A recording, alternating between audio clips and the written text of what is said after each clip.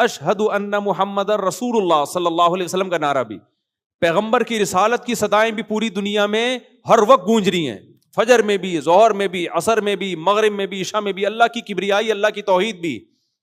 اللہ یہ چاہتے تھے اس امت مسلمہ کو اعزاز دینا، تو اللہ نے حضرت عمر کو بھی خواب دکھایا، حضرت زید ابن ارقم کو بھی، یہ دونوں نبی کی خدمت میں گئے، بتایا، آپ نے فرمایا، حدیث کا مفہوم بیان کر رہا ہوں، یہ کس کی طرف سے ہے؟ اللہ کی طرف سے۔ اللہ ہمیں بتا رہا ہے کہ نماز کے لیے جب تم نے لوگوں کو بلانا ہے، گھنٹیاں نہیں بجانی اور نہ سائرن بجانے ہیں، تم نے کیا کرنا ہے؟ صدائیں بلند کرنی ہے، اللہ اکبر، اللہ اکبر۔ اتنی سی نماز ہے، اس کی دعوت کتنی بڑی ہے، آپ دیکھو۔ دیکھو مجھے ایک بات بتاؤ، جب بھی دنیا میں کوئی کام ہوتا ہے نا، ایک دفعہ اگر ہو تو اس کے اعلان کی ضرورت ہوتی ہے۔ جو کام 5 ٹائم بار بار ہونا ہے تو ہر بار اعلان کی ضرورت ہوتی ہے۔ یار آپ اسکول کو دیکھ لو نا، یا آپ آفس میں جب جاتے ہو تو آفس میں آپ کو بتا دیا جاتا ہے روزانہ 9 بجے آپ نے آنا ہے۔ گورنمنٹ کا آفس ہے تو اس میں بتا دیا جائے گا رات شام 2:30 بجے آپ نے یہاں صبح پہنچنا ہے۔ گورنمنٹ میں صبح 2:30 بجے بجتے ہیں گورنمنٹ کے اداروں میں، تو آپ نے صبح کتنے بجے پہنچنا ہے؟ یہاں پہ 9 بجے پہنچنا ہے۔ ایک دفعہ بتا دیں گے نا بھائی اب خود آ جایا کرو، یہ نہیں کہ ہم بھونپو لے کے تمہارے گھر میں پہنچا کریں گے 9 بج گئے ہیں آ جا بھائی، بار بار ضرورت ہوتی ہے بتانے کی نا۔ تو اللہ میاں نے بھی بتا دیا بھائی فجر کا یہ ٹائم ہے، ظہر کا سورج ڈھل جائے گا تو ٹائم ہے، عصر جب ہر چیز کا سایہ 1 مثل اور یا 2 مثل جو علماء کا اختلاف ہے، اور پھر مغرب غروب آفتاب کے بعد عشاء جب شفق غائب ہو جائے تو بس کافی تھا۔ ہر بار اعلان کیا جا رہا ہے اللہ کی طرف سے، اللہ اکبر، اللہ اکبر۔ دنیا بڑی نہیں ہے، بڑا کون ہے؟ اللہ سب سے بڑا ہے، کیونکہ جب اذان ہوتی ہے تو ہمیں دنیا اپنی طرف کھینچتی ہے۔ ڈرامہ، فلم، کاروبار، ملازمت، جاب، کسٹمر، یہ سب چیزیں کیا کر رہی ہوتی ہیں؟ بولو، کھینچ رہی ہوتی ہیں۔ مؤذن کو کہہ دیا اللہ نے کہ ان کو بتا دو یہ چیزیں بڑی نہیں ہیں، بڑا کون ہے؟ اللہ۔ یہ بالکل ایسے ہی ہے جو ایس ایچ او والی مثال، ایک طرف ایس ایچ او بلا رہا ہے، ایک طرف گلی کا چپڑاسی بلا رہا ہے۔ آپ کہہ رہے ہو میں چپڑاسی کی دعوت پہ جاؤں گا، اگلا بولے گا بیٹا چپڑاسی چھوٹا ہے، تھانے دار کیا ہے؟ بڑا ہے، وہاں چلا جا ورنہ وہ نہیں چھوڑے گا تجھے، اس کو بعد میں نمٹا لینا۔ کہتے ہیں کہ نہیں کہتے؟ بھائی تجھے تیرا باپ بلا رہا ہے، ادھر چلا جا، تو باپ کی دعوت کو ٹھکرا رہا ہے اور ماموں کی دعوت پہ جا رہا ہے، تو بے وقوف ہے یا نہیں ہے؟ باپ پہلے ہے، باقی سب کون ہے؟ بعد میں۔ تو اللہ تعالیٰ بھی قرآن میں کہتے ہیں کہ اذان کے ذریعے یہ کہلوایا اللہ اکبر، اللہ سب سے بڑا ہے۔ یہ بتا دیا کہ اب اس کے آرڈر کے آگے بیوی، بچے، باپ، ماں، کاروبار، بزنس، جاب، ملازمت سب کیا ہیں؟ چھوٹے ہیں، بہت چھوٹے ہیں۔ کس قدر موٹیویشن ہے۔ پھر ایک بار نہیں 4 بار، پھر میں گواہی دیتا ہوں اللہ کے سوا کوئی عبادت کے لائق نہیں ہے۔ جب نہیں ہے تو کس کی عبادت کی جائے گی؟ کس کو مانا جائے گا؟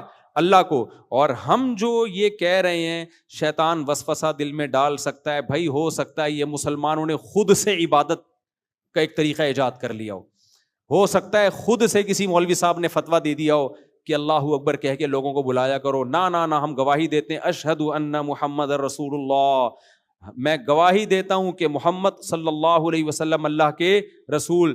تو جو پیغمبر ہیں انہوں نے یہ دعوت ہمیں سکھائی ہے، تو یہ پیغمبر کی دعوت نہیں ہے۔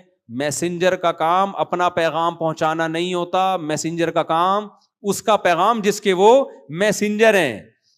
تو محمد صلی اللہ علیہ وسلم اللہ کے میسنجر ہیں، لہذا یہ آپ کا اپنا پیغام نہیں ہے، یہ کس کا پیغام ہے؟ اللہ کا ہے۔ اللہ کہہ رہے حی علی الصلاۃ، کتنی زبردست دعوت ہے۔ تو نبی کی رسالت کا اعتراف کر کے اصل میں کیا بتانا ہے کہ یہ اذان نبی کا پیغام نہیں ہے، یہ اذان اصل میں کس کا پیغام ہے؟ اللہ کا پیغام ہے۔ لہذا آگے جب حی علی الصلاۃ کی دعوت ہوگی، آؤ نماز کی طرف، تو یہ مؤذن کی یا پیغمبر کی دعوت نہیں ہے، ان کی بھی ہے لیکن اصل کس کی ہے؟ وہ تو نقل کرنے والے ہیں، اصل یہ اللہ کہہ رہے ہیں حی علی الصلاۃ۔ ہم کیوں نہیں آتے نماز کے لیے؟ اس لیے کہ ہم سمجھتے ہیں مؤذن صاحب کہہ رہے ہیں۔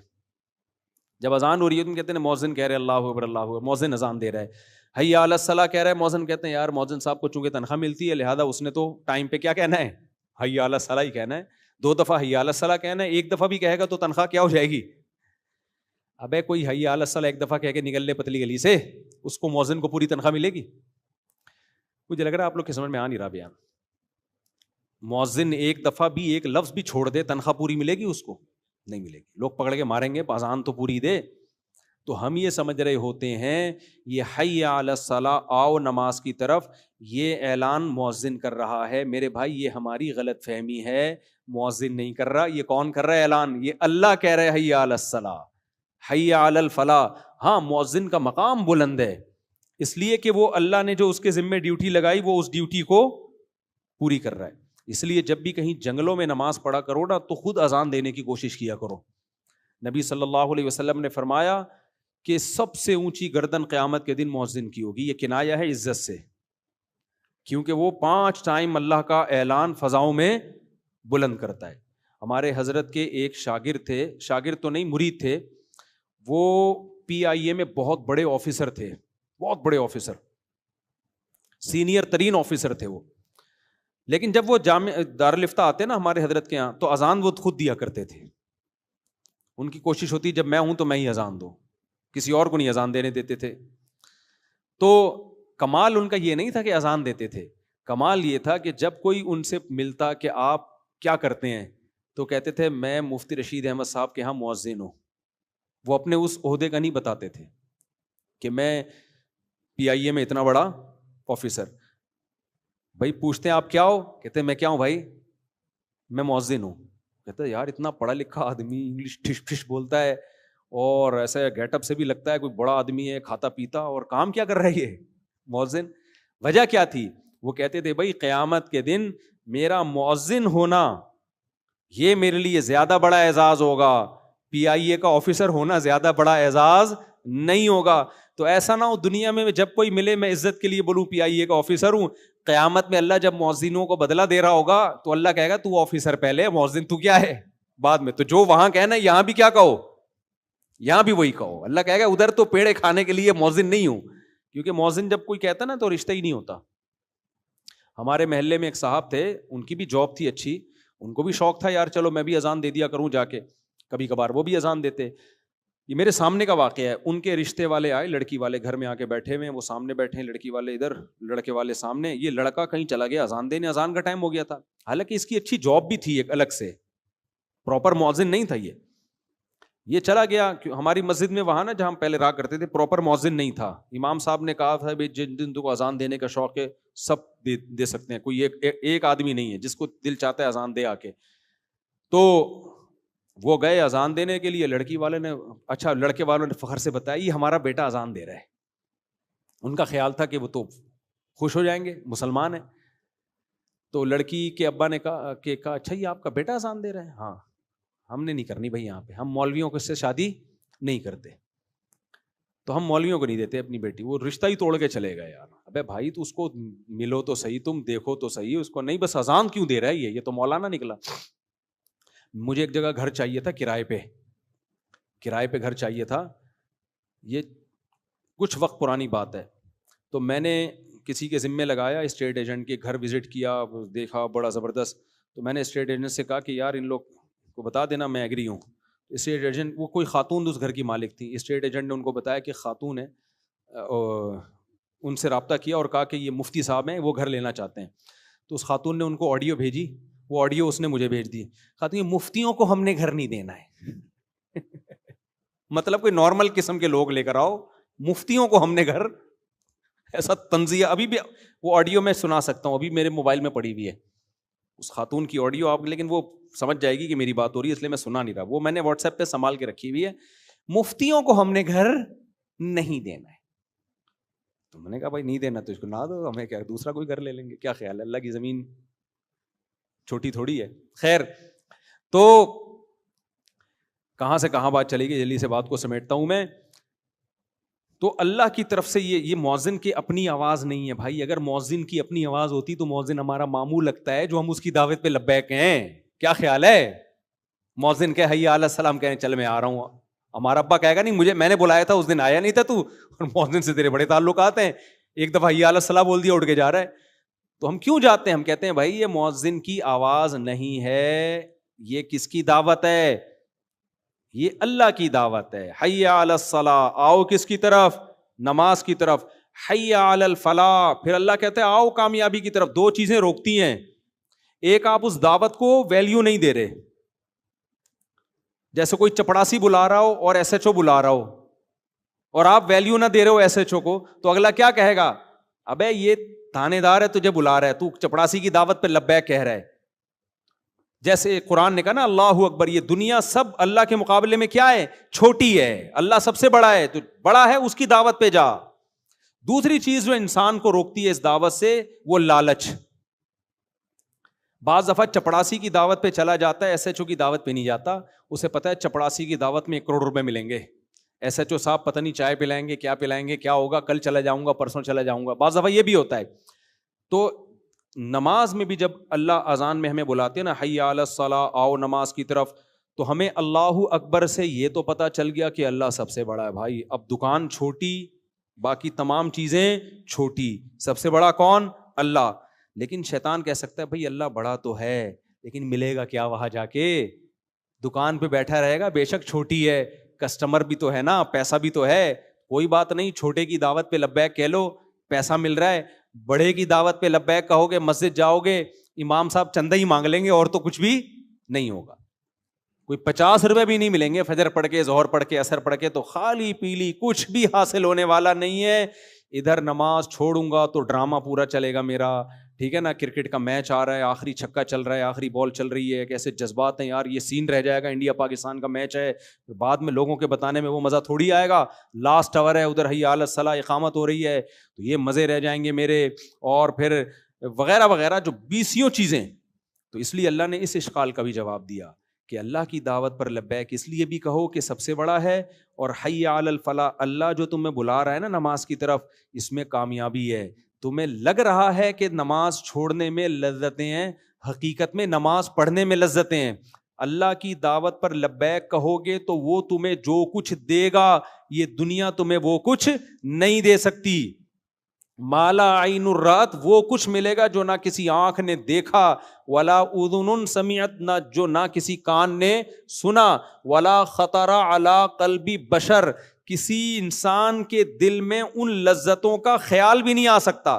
آپ سوچنا شروع کرو نا جنت کے عیش کو، تو سوچتے سوچتے جو آپ کی انتہا ہوگی نا، جنت اس سے آگے سے شروع ہوگی۔ ایسی عیش کی زندگی، دنیا میں بھی سکون مل جاتا ہے نمازی کو، صرف آخرت کی بات نہیں ہے۔ تو اس لیے اللہ نے فرمایا چھوٹی کامیابی نہیں، فلاح کہتے ہیں بہت بڑی کامیابی، حی علی الفلاح۔ تو میرے بھائی اتنی لمبی تقریر 5 ٹائم اللہ کی طرف سے ذمہ داری ہے مؤذن کی، تم ان کو کہو، لیکن اللہ نے کہا مؤذن کو اپنا میرا پیغام پہنچا دو، کسی کے گھر جانے کی تمہیں اجازت نہیں ہے۔ ایسا نہیں ہے کہ اب نہیں آ رہا تو پیچھے سے پولیس آ رہی ہے آپ کو نکالنے کے لیے، کہ اللہ نے ایسے جو آپ کو بلائے گا نا، آپ نہیں جاؤ گے تو پیچھے موبائل آئے گی، بولے گا تیرے کو تمیز سے بلایا، آ نہیں رہا، چل۔ لیکن اللہ یہ کام نہیں کرتا۔ اللہ مؤذن کو کہے گا پیغام دے دے، فضاؤں میں میری صدا گونجے، ان کے کان تک آواز پہنچ جائے، اس کے بعد کیا کرنا ہے؟ اللہ کہتے ہیں چھوڑ دو، چھوڑ دو، زبردستی نہیں جانا کسی کے گھر سے گھسیٹ کے اس کو نماز کے لیے نہیں نکالنا۔ وجہ ہے یہ آزمائش کے خلاف ہے۔ میں نے ایک دن رکھا ہوا ہے کہ میں دیکھ رہا ہوں، چیک کر رہا ہوں کون میری دعوت پر لبیک کہتا ہے اور کون میری دعوت پر لبیک نہیں کہتا، بس نوٹ کر رہا ہوں میں۔ تو ہم جو سمجھتے ہیں نا کہ ہم نمازیں چھوڑتے ہیں کچھ بھی نہیں ہو رہا، بھائی اللہ کہہ رہا ہے میں تجھے ہر بار یاد دلاتا ہوں، اب یہ تیرا فالٹ ہے کہ تو اس اذان کی کانوں کو، وہ اذان کی آواز کو تو ویلیو نہیں دیتا، اب یہ تیرا فالٹ ہے، میں نوٹ کرتا جا رہا ہوں کون پڑھتا ہے کون نہیں پڑھتا۔ نبی صلی اللہ علیہ وسلم نے فرمایا جو اللہ کی دعوت پہ لبیک کہتے ہیں، پہلی صف میں آ کے نماز پڑھتے ہیں، کل قیامت کے دن جب اللہ کا دربار لگے گا وہ بھی کہاں ہوں گے؟ وہ پہلی صف میں ہوں گے، ان کو وہاں بھی پروٹوکول ملے گا، اور جو آخری صف میں ہوں گے وہ وہاں بھی کہاں ہوں گے؟ وہ چپلوں میں بیٹھے ہوئے ہوں گے، اور جو آتے ہی نہیں ہوں گے وہ دربار میں بیٹھنے کی ان کو اجازت ہی نہیں ہوگی۔ سورہ معارج میں اللہ نے کیا فرمایا؟ سورہ قلم میں فرمایا کہ یوم یکشف عن ساق ویدعون الی السجود، قیامت کے دن اللہ اپنی تجلی کو ظاہر کریں گے، تو لوگ جب اللہ کو کی زیارت کریں گے نا تو اہل ایمان سجدے میں گر جائیں گے، اس سجدے میں ان کو اتنی لذت ہوگی، اس سے پہلے کبھی کسی چیز میں ان کو ایسی لذت محسوس نہیں ہوگی، اتنی لذت ہوگی اللہ کے کو جب زیارت ہوگی نا تو سجدے میں۔ تو اللہ نے فرمایا کچھ لوگ ایسے ہوں گے جن کی کمر تختے کی کر دی جائے گی، اس وقت وہ سجدہ کرنا بھی چاہیں گے، ان سے سجدہ نہیں ہوگا۔ یہ کون لوگ ہوں گے؟ فرمایا کہ یہ وہ لوگ ہیں جن کو دنیا میں سجدے کے لیے بلایا جاتا تھا، وَهُمْ يَسْتَكْبِرُونَ، یہ تکبر کرتے تھے، کہتے تھے ہمارے پاس ٹائم بولو نہیں، کہتے تھے یہ تو مولویوں کا کام ہے جو فارغ ہیں، یہ تو فضول لوگوں کا کام ہے، جو بالکل فارغ لوگوں کا کام ہے، ہم تو بھائی بیزی لوگ ہیں، ہم یہ تھوڑی کہ 5 ٹائم اٹھک بیٹھک کرتے رہیں مسجدوں میں جا کے۔ تو اللہ کہیں گے کہ ان کی کمر تختے کی کر دی جائے گی، ان کو سجدے کی توفیق نہیں ملے گی، کیونکہ دنیا میں جب سجدے کے لیے بلایا جاتا تھا یہ تکبر کیا کرتے تھے، آج یہ سجدہ کرنا چاہیں گے لیکن اللہ ان کو سجدے کی توفیق اللہ ان سے چھین لے گا۔ تو اس لیے اللہ نے کیا فرمایا کہ ایمان والے کی سب سے پہلی علامت کیا ہوتی ہے؟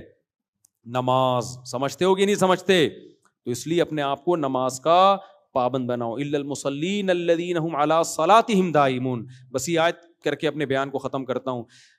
اللہ نے یہ بھی فرمایا کہ نماز پڑھتے نہیں ہیں، نہ اتنا کافی نہیں ہے، کیونکہ ہر مسلمان کبھی نہ کبھی پڑھ لیتا ہے نماز۔ اگر ایسا ہوتا نا نماز پڑھنے پہ اللہ راضی ہو جاتا تو سارے مسلمانوں سے اللہ راضی ہوتا۔ میں نے ایسے بھی پوستی دیکھے ہیں جو کچھ نو عید کے دن آ ہی جاتے ہیں اٹھ کے، کیا خیال ہے بھائی؟ اور ایسے بھی پوستی دیکھے ہیں کہ عید کے دن نہیں ہوگا تو چلو زندگی میں ایک آدھ دفعہ کہتے ہیں چلو یار کیا جا رہا ہے، تو پڑھنے پر نہیں ہے۔ فرمایا ہم علی صلاتہم دائمون، پابندی کرتے ہیں، دوام۔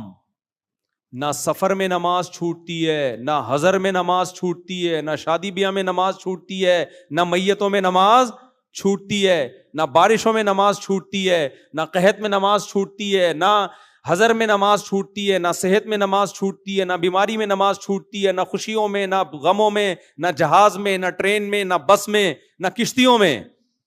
آج اچھے اچھے نمازیوں کو دیکھا ہے جہاز میں پوستیوں کی طرح پڑے ہوئے ہوں گے۔ ابے لمبا سفر ہے، کہہ رہے ہیں یار اب جہاز میں کیسے پڑھیں بھائی، جہاز میں کیسے پڑھیں بھائی؟ اللہ نے حکم دیا، کھڑے ہو کے نہیں پڑھ سکتے، بیٹھ کے نہیں پڑھ سکتے، لیٹ کے۔ اگر نماز قضا کرنے کی اسلام میں کوئی گنجائش ہوتی تو میدان جنگ میں گھوڑے کی پشت پہ جب گھمسان کی جنگ ہو رہی ہوتی اس وقت اللہ کہتا کیا کرو، چھوڑ دو۔ وہاں اجازت نہیں دی ہے تو آپ ماموں کی شادی میں جا رہے ہو بس میں بیٹھ کے، اس میں کہاں سے اجازت مل گئی کہ بس میں سفر ہو رہا ہے ہمارا؟ نہیں آ رہی میرا خیال ہے بات سمجھ میں؟ تو اس لیے میرے بھائی یہ آپشنل نہیں ہے نماز، یہ کیا ہے؟ ضروری۔